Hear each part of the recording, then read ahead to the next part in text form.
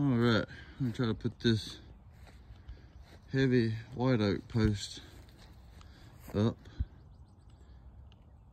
I'll show you how it goes.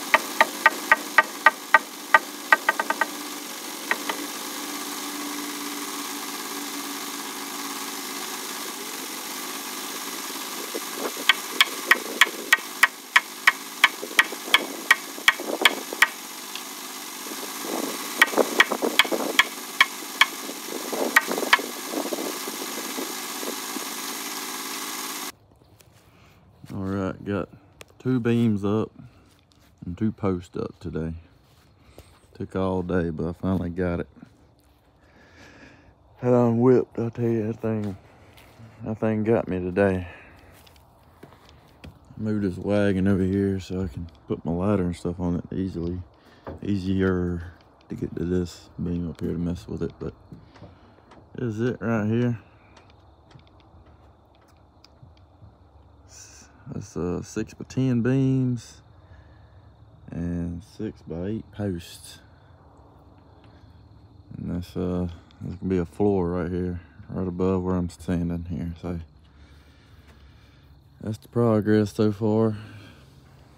Let you know when we get some more going on to it.